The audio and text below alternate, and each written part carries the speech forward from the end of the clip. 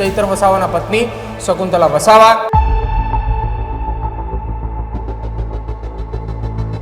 આ 8 આરોપીઓના મામલે આજે ગુજરાત હાઈકોર્ટની અંદર એક મહત્વપૂર્ણ સુનાવણી હાથ ધરવામાં આવશે। આવનારા સમયમાં ચૈતર વસાવાના જામીન અરજી મૂકવામાં આવે તે પ્રકારની તૈયારીઓ હાથ ધરાઈ છે।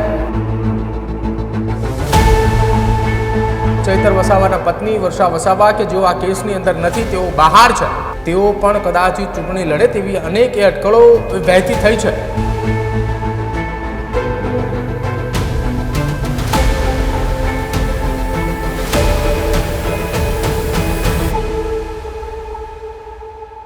ડેડિયાપાડાના ધારાસભ્ય ચૈતર વસાવાને લઈને આજે ગુજરાત હાઈકોર્ટની અંદર એક મહત્વપૂર્ણ સુનાવણી કે જે 2 દિવસ પહેલા વનકર્મીના હુમલાના કેસની અંદર આરોપીઓને સજા પડી હતી, એ જ કેસમાં ફરી એકવાર આજે સુનાવણી હાથ ધરવામાં આવશે। અને આજનો દિવસ એ ડેડિયાપાડાના લોકો અને આદિવાસી વિસ્તારના આગેવાનો માટે સૌથી મહત્વપૂર્ણ છે, કેમ કે આજે કેટલાક આરોપીઓને જામીન મળે તે પ્રકારની શક્યતાઓ વ્યક્ત કરવામાં આવી રહી છે। શું છે આખો મામલો અને હાઈકોર્ટની અંદર શું કઈ દલીલો થવાની છે, વિગતે ચર્ચા કરીએ આ અહેવાલમાં। વર્ષ 2023ની અંદર વનકર્મી પર હુમલાના કેસની અંદર ચૈતર વસાવા અને તેમના પત્ની શકુંતલા વસાવા સહિત 8 જેટલા આરોપીઓ જેલમાં બંધ છે। આ 8 આરોપીઓના મામલે આજે ગુજરાત હાઈકોર્ટની અંદર એક મહત્વપૂર્ણ સુનાવણી હાથ ધરવામાં આવશે। આ સુનાવણીની અંદર માત્ર ચૈતર વસાવા સિવાય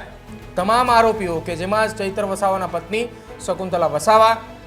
સાથે જ અન્ય ખેડૂતો અને અન્ય મહિલાઓની જામીન અરજી ગુજરાત હાઈકોર્ટની અંદર અપીલ કરી દેવામાં આવી છે, દાખલ કરી દેવામાં આવી છે કે જેના મામલે આજે સુનાવણી હાથ ધરાશે। ગતરોજ જ્યારે સુનાવણી હાથ ધરવામાં આવી હતી, સુનાવણી દરમિયાન ચૈતર વસાવા સિવાયના અન્ય જે આરોપીઓ છે તેમનો શું રોલ હતો આખા આ કેસની અંદર, એ રોલ સમજવા માટે આરોપી પક્ષકાર જે વકીલ હતા તેમને તમામ વિગતો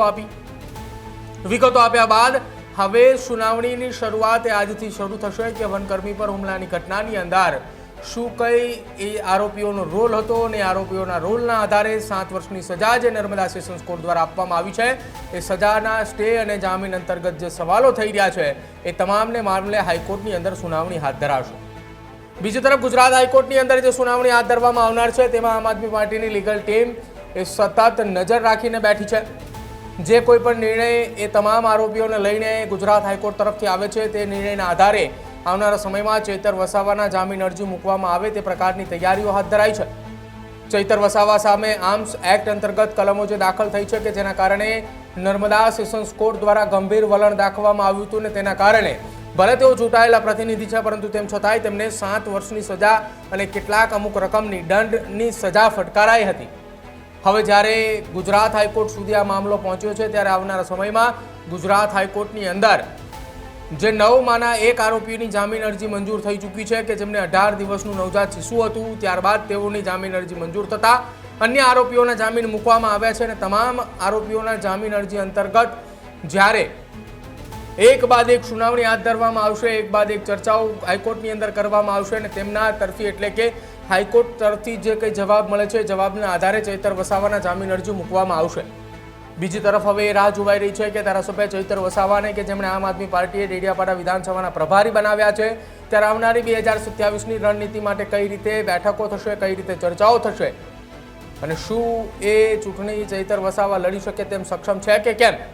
કેમ કે જેલની અંદર બંધ ચૈતર વસાવા જો ચૂંટણી લડવા માંગે છે તો આમ આદમી પાર્ટીએ તેમને મેદાને ઉતારે છે। બીજી તરફ ચૈતર વસાવાના પત્ની વર્ષા વસાવા કે જેઓ આ કેસની અંદર નથી, તેઓ બહાર છે, તેઓ પણ કદાચિત ચૂંટણી લડે તેવી અનેક અટકળો વહેતી થઈ છે। હવે અટકળોની વચ્ચે ચૈતર વસાવાની જ્યારે જામીન અરજી ગુજરાત હાઈકોર્ટની અંદર ફાઇલ કરવામાં આવશે ત્યારે જે નર્મદા સેશન્સ કોર્ટ દ્વારા જે આકરું વલણ દાખવવામાં આવ્યું હતું એ આકરું વલણ એ પ્રકારનું હતું કે ચૈતર વસાવાએ ફાયરિંગ કર્યા હોવાના કથિત આરોપોએ જે લાગ્યા હતા એ કથિત આરોપોને લઈને જોવાનું રહેશે કે હાઈકોર્ટની અંદર કયા પ્રકારની અરજીની અંદર ઉલ્લેખ કરવામાં આવે છે। ચૈતર વસાવાની જામીન અરજી મૂકતાની સાથે શું એ મુદ્દાઓ મૂકવામાં આવે છે, કયા એવા કારણો છે કે જેના કારણે ચૈતર વસાવાને જામીન આપવા જોઈએ। જો કે ભૂતકાળની અંદર એ ચૈતર વસાવાને જામીન એ આપવામાં આવ્યા હતા, ડેડિયાપાડાની અંદર પ્રવેશબંધી હતી, જો કે થોડા સમય બાદ તેમની એ પ્રવેશબંધી હટાવી દેવામાં આવી હતી। ત્યારબાદ તેઓ સતત ડેડિયાપાડાની અંદર રહેતા હતા અને તેની વચ્ચે હવે ફરી એક વખત તેમને સજા પડતાની સાથે જ વડોદરા સેન્ટ્રલ જેલમાં બંધ કર્યા છે।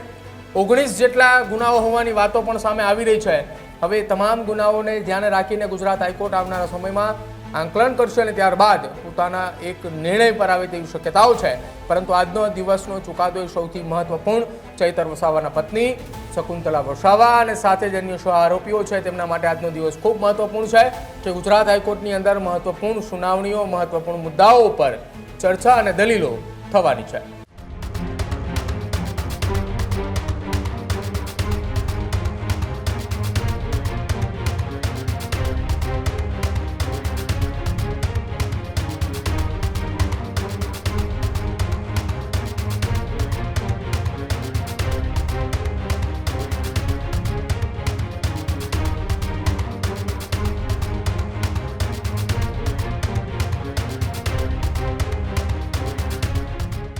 ખેડૂત ભાઈઓ છે એ ખેતરમાં ડ્રોન ઉડાવતા હોય છે ત્યારે આપણે એક પ્રશ્ન સતાવતો હોય છે કે જે આપણે અત્યાર સુધી જીપીએસ ટેકનોલોજીવાળા ડ્રોન વાપર્યા છે જેથી કરીને મોબાઈલ ટાવર છે અથવા તો હાઈ ટેન્શન લાઇન પસાર થતી હોય કોઈ વૃક્ષો હોય ત્યારે જે જીપીએસ ટેકનોલોજીવાળા ડ્રોન છે એમાં ટકરાય અને ટ્રેસ થાય છે પણ એગ્રીઓન લાવ્યું છે જીએનએસએસ ટેકનોલોજી ડ્રોન જેથી કરીને એ ડ્રોન છે એ કોઈ જગ્યાએ ટકરાય નહીં પોતાની રીતે જ ડિસિઝન લે છે અને મૂવ થઈ જાય છે જેથી કરીને જીએનએસએસ ટેકનોલોજી ડ્રોન છે એ વાપરવાનો આગ્રહ રાખો।